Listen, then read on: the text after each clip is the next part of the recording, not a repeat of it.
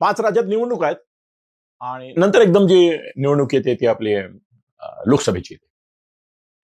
लोकसभेची निवडणूक जिंकण्यासाठी किंवा आता या 5 राज्यांमध्ये 3 राज्य तर विरोधातलीच आहेत. आपलं एक प्रभाव दाखवण्यासाठी भारतीय जनता पक्षाकडे काय काय पुण्य आहे ते दाखवणार.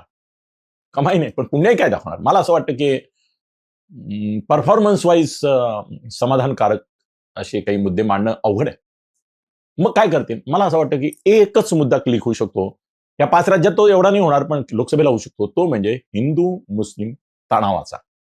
तो तणाव जेवढा वाढेल तेवढी भाजपच्या विजयाची शक्यता वाढेल. हिंदू मुस्लिम तणाव जसा वाढेल तसा जर भारतीय जनता पक्षाच्या लोकसभा निवडणुकीतल्या विजयाची शक्यता वाढणार असेल, तर हा तणाव वाढण्यासाठी भारतीय जनता पक्षाला काहीतरी करावं लागेल.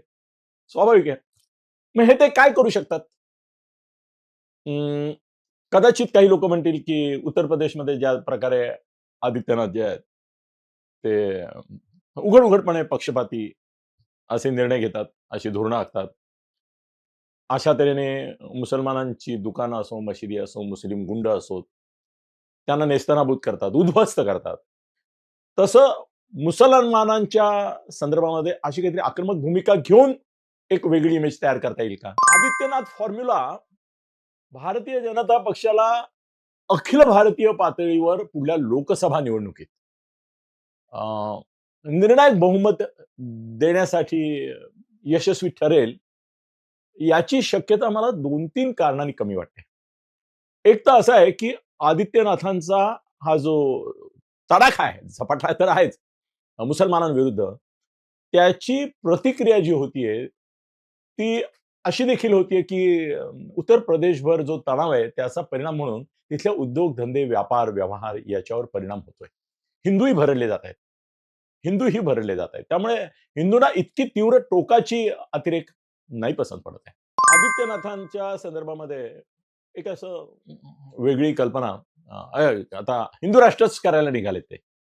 अशा तऱ्हेची होती आणि हे जर पंतप्रधान झाले, तर हिंदू राष्ट्राची संकल्पना कदाचित मोदी थोडेसे आता त्यांच्यापुढे त्यांच्या आक्रमकतेपुढे नेमस्त मवाळ वाटायला लागलेत. त्यामुळे काही लोकांना असं वाटतं की हां, नाही आदित्यनाथ पंतप्रधान झाले, की हिंदू राष्ट्र अस्तित्वात येईल. पण त्याला छेद देणारी विधानं मोहन भागवत करतायत हे लक्षात ठेवा. मोहन भागवतांनी कुठल्याही काँग्रेसवाल्यापेक्षाही अधिक खंबीरपणे सेक्युलरिझमचा पुरस्कार सुरू केलेला आहे. सगळे मुसलमान पूर्वी हिंदूच होते आणि ते परत आमच्याकडे येतील, यावेत अशी भावना ते व्यक्त करतात. तेव्हा हिंदू मुस्लिम यांच्यामधली दरी ते मिटवतात जी आदित्यनाथच्या विरोधात जाते. मला आदित्यनाथ पंतप्रधान होणार नाहीत याची 100% खात्री आहे मित्रांनो. सेव्ह करून ठेवा. माझा नेहमी चॅलेंज असतो. सेव्ह करा. मी म्हणतो ना, की नाही होणार म्हणजे नाही होणार. काहीतरी माहिती गोळा केलेली आहे. त्या माहितीच्या संदर्भात मी तुम्हाला सांगतो, की या प्रकारचा अतिरेकी हिंदुत्ववाद या देशाला परवडणार नाही. या देशाला एक ठेवणार नाही. या देशाचे कदाचित उत्तर, दक्षिण, पूर्व, पश्चिम, नॉर्थ ईस्ट असे वेगवेगळे, कारण नॉर्थ ईस्ट तुम्हाला कल्पना नाहीये मित्रांनो. कंप्लीट नॉर्थ ईस्ट हा ख्रिश्चन आहे.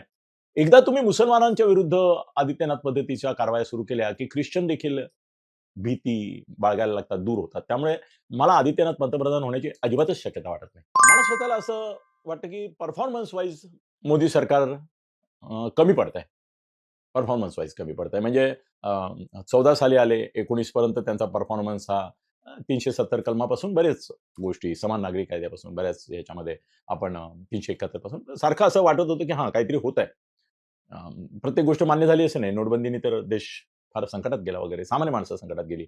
नाराजी आली. पण लोकांनी ते सहन केलं, की बाबा चला याच्यामुळे दहशतवाद तरी थांबेल. पण तसंही काही दिसत नाही. आंतरराष्ट्रीय पातळीवर पण आपल्याला कोण पूर्वी अगदी मोदी होतं तिथपासून आपल्याला कोण विचारत नाही, कोण किंमत देत नाही, कोण प्रतिष्ठा देत नाही, कोणाच्याकडे आपली पत नाही. सगळे मित्र जे आहेत रशियासारखे त्यांना आपण डिच करतोय. त्यामुळे एकूणच आंतरराष्ट्रीय पातळीवर आपली प्रतिष्ठा घसरली. ठीक आहे, आंतरराष्ट्रीय पातळीवर आपली प्रतिष्ठा घसरली आहे, पतही घसरली आहे. तिसरी, चौथी अर्थव्यवस्था वगैरे आपण असं बोलत असलो तरी ते टेक्निकल आहे. आज चीनपुढे आपण कुठेच नाही आणि अमेरिका, रशिया ह्या देशांच्याही संघर्षात आपण मधल्यामध्ये ज्याला आपण म्हणतो भरडले जातो आहोत. पण देशामध्ये देखील एकूण समाधानाचं वातावरण आहे. आता किसान आंदोलन सुरू होईल बघा आणि प्रचंड उग्र असेल. म्हणजे पुढलं मी तर सांगतो 6 महिने, वर्षभर या देशामध्ये प्रचंड असा उद्रेक तुम्हाला किसानांचा, शेतकऱ्यांचा पाहायला मिळणार आहे. कधी पाहिला नाही इतका हिंसक असेल तो. आणि कामगारांचाही काही प्रमाणात दिसणार. परवाच्या बंदला चांगला पाठिंबा मिळाला. त्यामुळे अर्थव्यवस्थेमध्येही मध्यमवर्ग भरडला जातोय. तर आताही नाही ना, समाधान नाही लोकांच्या मनात. काय होतं या विकास योजनांचं वगैरे जे असतं ना, त्या खूप मोठी प्रक्रिया असते. एक 3 वर्ष, 5 वर्ष, काही याला तर 8-10 वर्ष लागतात. तो प्रकल्प पूर्ण व्हायला. लोकांच्या जमिनी लगेच जातात. मुआवजा मिळाला, नुकसान भरपाई मिळाली, ठीक आहे. पण आता असं होतंय, की उद्ध्वस्तता ही त्यांना जाणवते. हा अमेरिकन करार वगैरेमुळे शेतकरी उद्ध्वस्त होतोय. कामगार कायद्यांमुळे कामगार उद्ध्वस्त होतोय. बेकारीला सीमा नाही. त्याच्यामध्ये आता एआयमुळे करोडो बेकारांची भर पडणार आहे. बेकारीचा प्रश्न सुटत नाही. लोकांचा घरादाराचाही प्रश्न एक संडास हे ते अशा मलमपट्ट्या येतात. बेसिक नाहीये ते. त्यामुळे सामान्य माणसामध्ये पण प्रक्षोभ आहे. हा प्रक्षोभ निवडणुकीत प्रगट होऊ शकतो.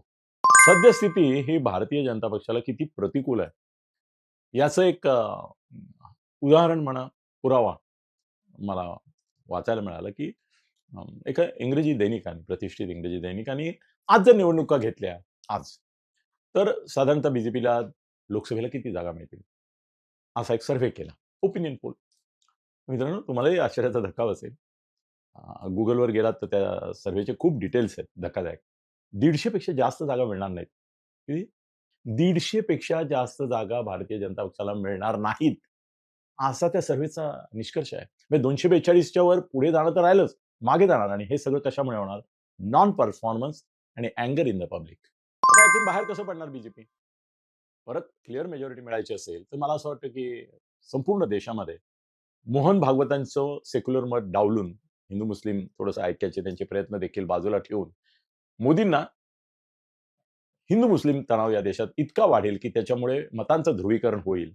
मुस्लिम मतं होलसेलमध्ये त्या इंडिया आघाडीकडे जातील, एम-आय-एमकडे जातील, कुणाहीकडे जातील. पण हिंदू मतांचं ध्रुवीकरण होईल अशी पॉलिसी घ्यायला लागेल. तणाव निर्माण करावे लागतील आणि तसे ते करतील. करण्यामध्ये कमी पडणार नाही. मग त्यावेळेला संघ त्यांच्या मागे फरफटत येईल आणि हिंदू-मुस्लिम तणावाची भूमिका घेईल असं मला वाटतं. त्यामुळे आता हुकमाचं कार्ड मुसलमान नेत्यांना मोठं करणं, त्यांची दहशत वाढवणं आणि हिंदूंना ध्रुवीकरण करून आपल्याकडे खेचणं एवढा एकच उपाय भाजपकडे आहे.